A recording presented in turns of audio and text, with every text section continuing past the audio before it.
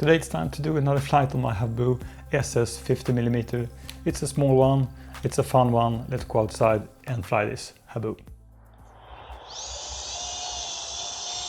Just to go full throttle, get this one up in the air. It was a nice takeoff. I mean, you never know what is going to happen when you're on grass. So very little wind today, thankfully. Just a few minor gusts.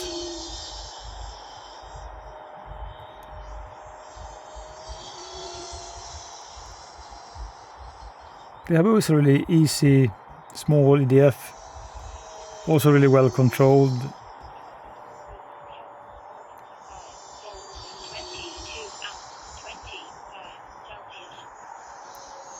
And this is our airplane that I just normally just put in the trunk of my car, and then I could pick it and do a round of flights just when I'm done with flying my kind of a larger prop RC airplane. So it's a plane that you can just keep around for a few kind of nice flights.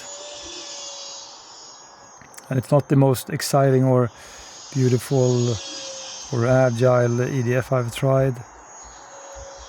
I mean, you have the kind of the Arrows Marlin, which is a little bit larger than this one, and it also features flaps.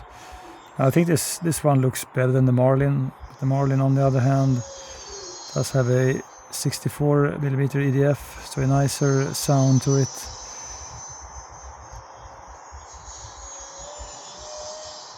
But I think this one is more.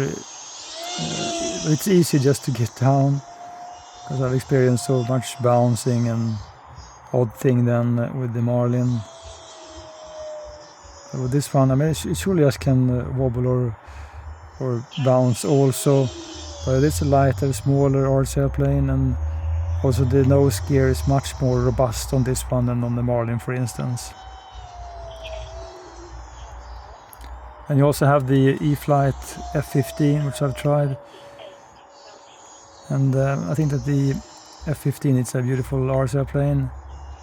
It is harder just to keep track in the sky than this Habu then, because the F15 it has this kind of a uniform pattern. And this one, on the other hand, you have like stripes underneath the wing, and these tips then, orange tips. So orientation is usually very easy, and you have a nice speed. You can just bank and yank and have some fun with this RC airplane. You can also kick it around really good with the rudder, which is a really great feature on this small plane. And I'm having more fun while I'm flying this one than the larger Habu. It's a nice silhouette to it also. Good popping colors on the wing.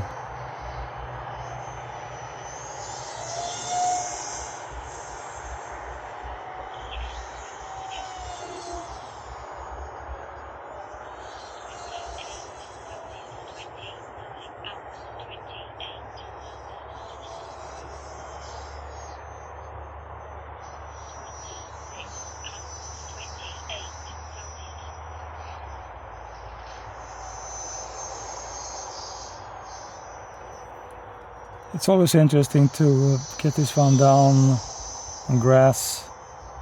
Now, the best technique I've learned is more or less to line it up at the right altitude, more or less just kill the throttle, let it drop, and then full flare at the end, and hopefully it will get down in a good way.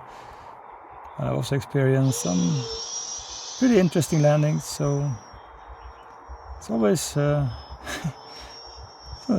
interesting to see what will happen with this one. So let's just line it up, drop the throttle, and pull up the elevator, and well, it's okay today. I think you will have lots of fun with this RC plane.